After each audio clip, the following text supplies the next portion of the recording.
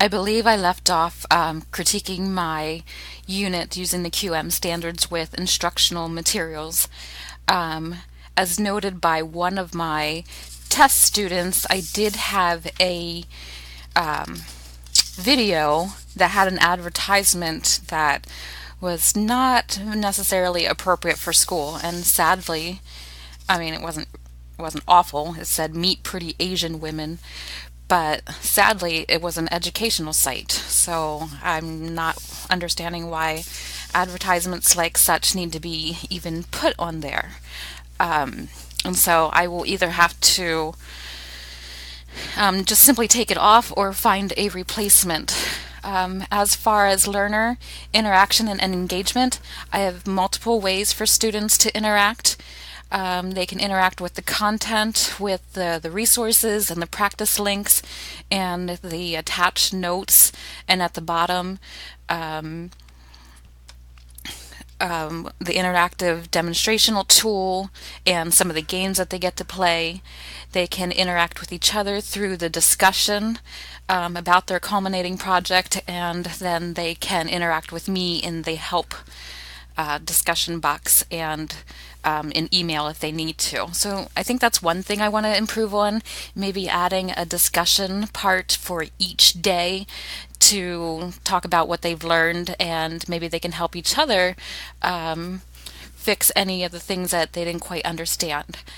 The course technology, obviously my LMS is D2L. I actually use Canvas at the school I teach at, but most LMSs are very similar.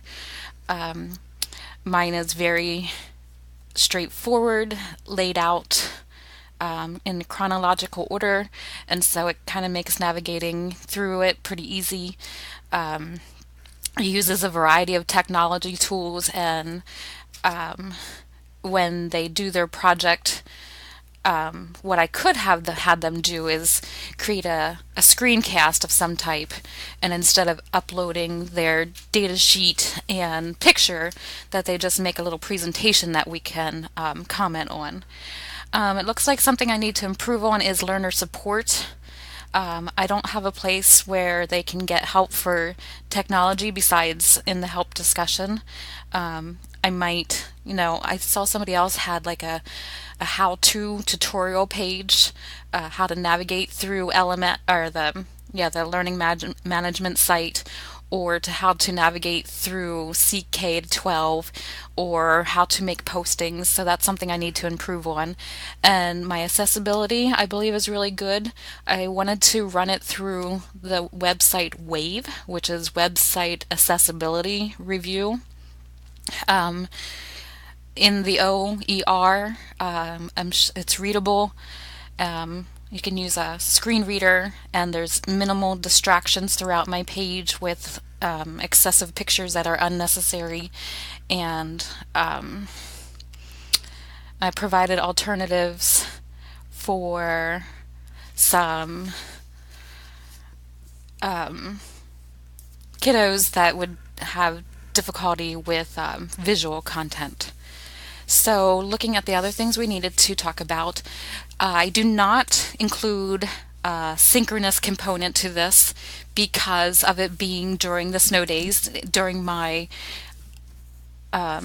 survey, one of my questions was, when do you think you would log on? And I had a variety of morning, afternoon, and evening. So having a synchronous component to this would be a little difficult.